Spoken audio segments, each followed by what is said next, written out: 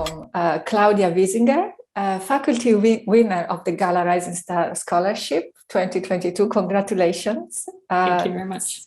You're very, very welcome. Why don't you start by introducing yourself? Sure. As you said, my name is Claudia Wiesinger, and I'm a university assistant at the Center for Translation Studies in Vienna. I'm involved in research and teaching, and I also am doing my PhD. In order to not lose my touch with the industry, I'm also translating a few hours a week. And my background initially is in English and American studies.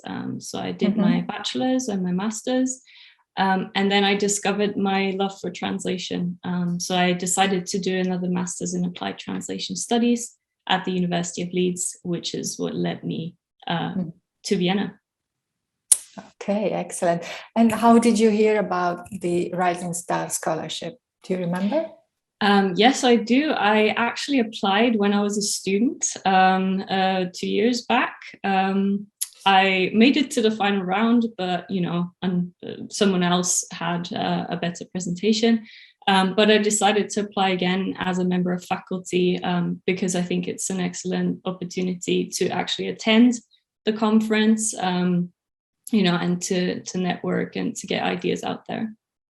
Okay, excellent. So the question that was asked to you and to all the participants was, how can you adapt teaching and learning methodologies to meet both the students and the industry's needs? So what was your answer? We're curious to know. Yeah, so I proposed an open access web-based platform for training post-editing. And the idea came about because I was reading, the most recent reports, the NIMSY report, the Ellis survey report, and what came up again and again was that machine translation and the service of post-editing, they're on the rise, they're more in demand now. And what we see at university is that teaching post-editing is not straightforward. There are a lot of very specific skills that you need. You also need the background knowledge of the different MT architectures and what sorts of errors they make. And what I've noticed as a student as well is that post-editing is usually taught in courses that involve CAT tools and translation technologies, but it's not taught in specialized translation courses. So you might end up working in languages that are actually not your working languages. And you also tend to not get feedback because of that reason, because the teacher doesn't speak all of the languages that the students speak. And so I was looking at reports. I was also reading a study by Clara Ginvatsid and Karma Colominas Ventura that was really interesting. It looked at how post-editing is taught in European master's programs these days. And they identified the exact same things, and they suggested that we could have a platform where we could train post-editing on real examples. So my idea was partly based on this study and partly based on something that we're doing in my research group at the University of Vienna, which is to collect examples, of professionally post-edited texts. And so the main premise of this platform is that the students could practice on real-world examples, and that they could also get explanations from experts in the target language. So, this would increase the learning opportunity because they're actually getting some form of feedback. They can also practice error annotation, which is another important skill. First of all, to give, structured feedback on the different types of errors that the engine makes, but also, as a way of reflecting on, what am I changing and why am I changing it? So yeah, this is my submission. And do you find there's a lot of resistance still on the side of from the linguists, etc., towards post-editing, or is it more accepted now?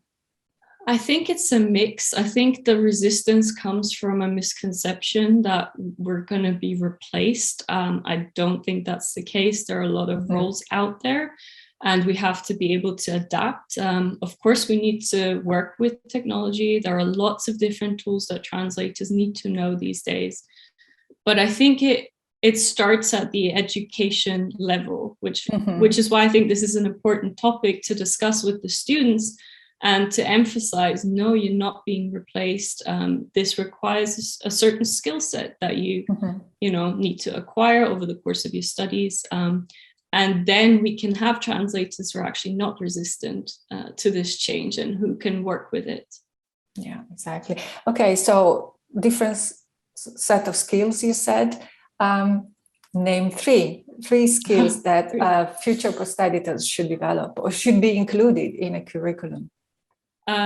Well, there's always this talk about different levels of post-editing. I think the first thing is to really read the brief and to be able to, translators are perfectionists. We don't necessarily want to submit something that's not perfect.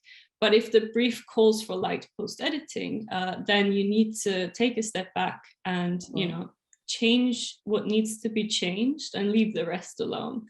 I think that's one thing. The other thing is problem-solving skills, to be confident in your choices, because typically there's no revision after post-editing, which means that, you really do need to do a good job.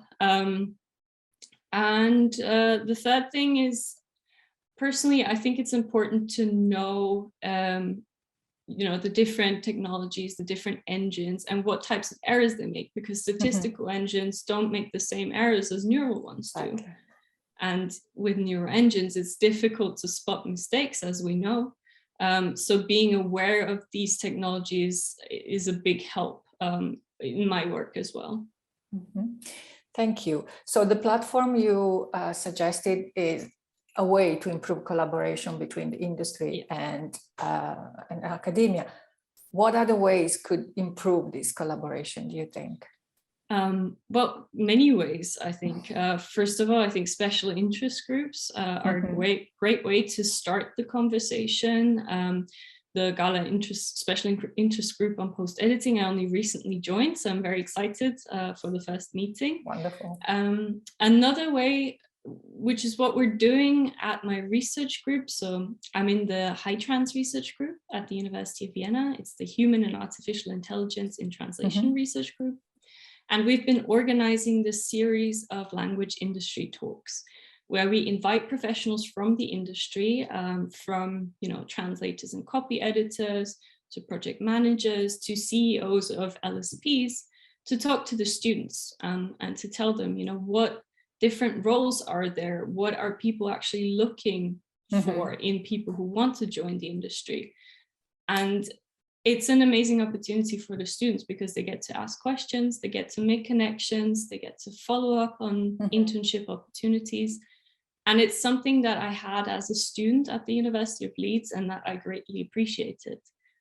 So I think that's another way. And the third way that, might take more planning and more time is something that I've seen at the Translating Europe Forum. It was actually the panel on collaboration between academia and industry.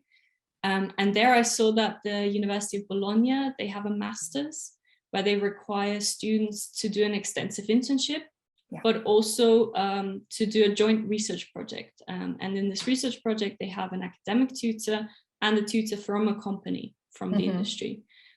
So I think this, it goes both ways. It's a great opportunity for the universities to actually see what's happening, to work on real problems. And then on the other hand, for the industry to, get in touch with the students and train those who want to join the industry.